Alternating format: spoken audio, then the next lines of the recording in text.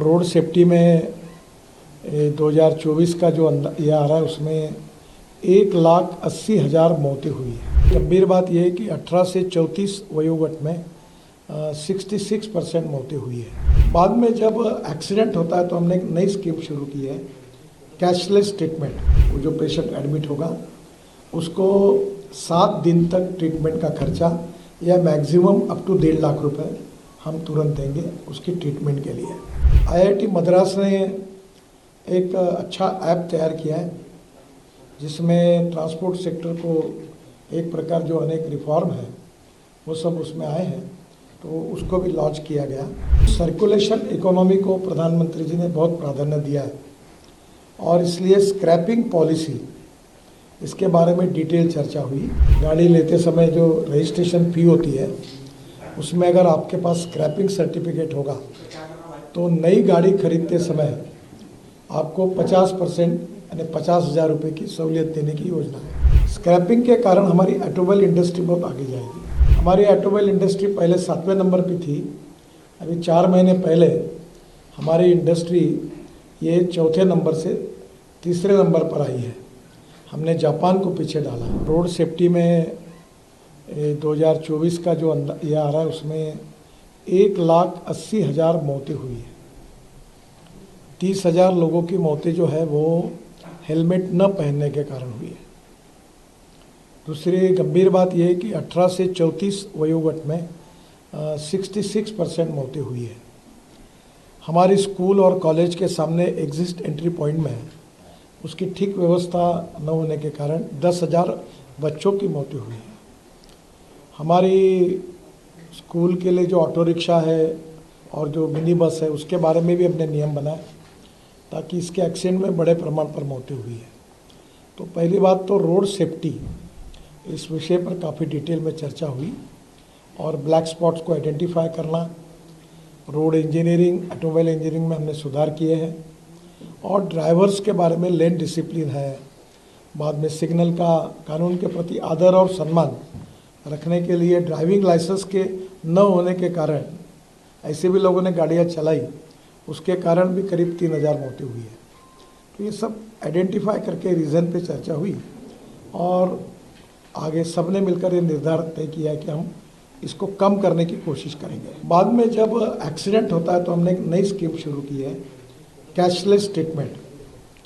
और एक्सीडेंट होने के बाद तुरंत 24 घंटे के अंदर जैसे पुलिस में इंफॉर्मेशन जाएगी तो डॉक्टर जो होगा उसको, वो जो पेशेंट एडमिट होगा उसको 7 दिन तक ट्रीटमेंट का खर्चा या मैक्सिमम अप टू 1.5 लाख रुपए हम तुरंत देंगे उसकी ट्रीटमेंट के लिए। बाद में हीट एंड रन विक्टिम्स जो है उसमें भी मृत्यु होती है तो हम 2 लाख रुपए देंगे। इसके साथ साथ ये कैशलेस ट्रीटमेंट में हमने पायलट प्रोजेक्ट कुछ राज्यों में किए, कुछ कमियां ध्यान में आई, उसको सुधार कर अब नए आदेश हम वितरित करेंगे और ये भी निश्चित रूप से उपयोगी होगा। IIT मद्रास ने एक अच्छा ऐप तैयार किया है जिसमें ट्रांसपोर्ट सेक्टर को एक प्रकार जो अनेक रिफॉर्म है वो सब उसमें आए हैं, तो उसको भी लॉन्च किया गया। हम सर्कुलेशन इकोनॉमी को प्रधानमंत्री जी ने बहुत प्राधान्य दिया है और इसलिए स्क्रैपिंग पॉलिसी इसके बारे में डिटेल चर्चा हुई। अभी जो गाड़ी लेते समय जो रजिस्ट्रेशन फ़ी होती है उसमें अगर आपके पास स्क्रैपिंग सर्टिफिकेट होगा तो नई गाड़ी खरीदते समय आपको 50% यानी 50,000 रुपये की सहूलियत देने की योजना है। उसके साथ साथ जो मैन्युफैक्चरर है उन्होंने 1.5 से 3% तक कॉस्ट में अगर सर्टिफिकेट हो तो वो भी सहूलियत देंगे। अब नई गाड़ी खरीदते समय पुरानी गाड़ी को स्क्रैपिंग करने के बाद उसके सब फायदे जो है अब मिल रहे हैं और जिसके कारण देश में बड़े प्रमाण पर ये स्क्रैपिंग सेंटर शुरू हुए हैं। अभी ये संख्या हमारी अपेक्षा से कम है, करीब 78 to 82 वहाँ भी चालू हुए हैं, पर कम से कम 1,500 सेंटर्स खुले। और जो भारत सरकार की योजना है कि राज्य सरकार अगर अपनी गाड़ियाँ, बसेस, ट्रक स्क्रैपिंग करती है तो उनको कुछ मदद भी दी जाती है, उसके ऊपर भी चर्चा हुई और ये भी आज मीटिंग की प्रमुख विशेषता थी। स्क्रैपिंग के कारण हमारी ऑटोमोबाइल इंडस्ट्री बहुत आगे जाएगी, क्योंकि aluminium, copper, rubber, steel and plastic इसका रिसाइकलिंग होता है। और अभी कुछ स्पेसिफिक पार्ट ऐसे हैं, अभी मारुति का स्क्रैपिंग सेंटर है सुजुकी का, उसके पार्ट जापान में एक्सपोर्ट हो रहे हैं, और टायर जो है उसकी भी पाउडर अब बिटुमेन में डाल रहे हैं।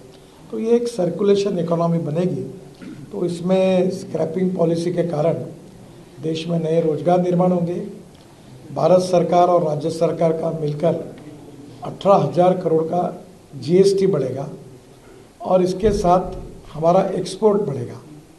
हमारी ऑटोमोबाइल इंडस्ट्री पहले 7वें नंबर पे थी, अभी 4 महीने पहले हमारी इंडस्ट्री ये 4थे नंबर से 3रे नंबर पर आई है।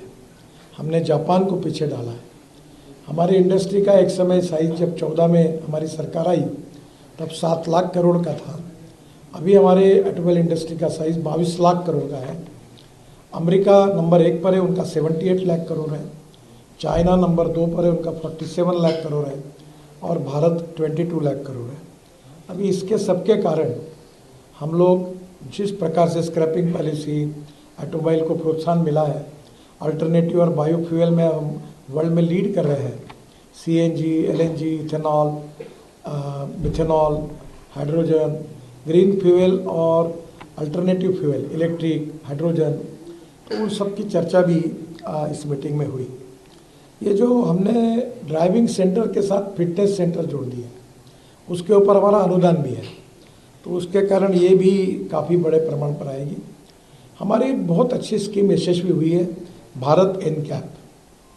अब इसकी स्टैंडर्ड होते हैं स्टार रेटिंग, और हमारे यहाँ पहले बहुत सी हमारे यहाँ की कुछ स्टार गाड़ियाँ थी, वो स्टार रेटिंग में फेल हो गई और वर्ल्ड में वो भेजी गई थी। अब धीरे धीरे हमारे यहाँ के सब कार मैन्युफैक्चरर स्टार रेटिंग पे अपनी गाड़ियाँ भेज रहे, जिसके कारण क्वालिटी में बहुत सुधार हुआ है। 6 एयरबैग्स भी आई है, कुछ जगह 7 भी आई है। तो ओवरऑल ये सुरक्षा के दृष्टि से ये जो भारत एनकैप का जो रेटिंग हुआ, ये इसके कारण ऑटोमोबाइल सेक्टर में एक क्वालिटेटिव चेंज आया है।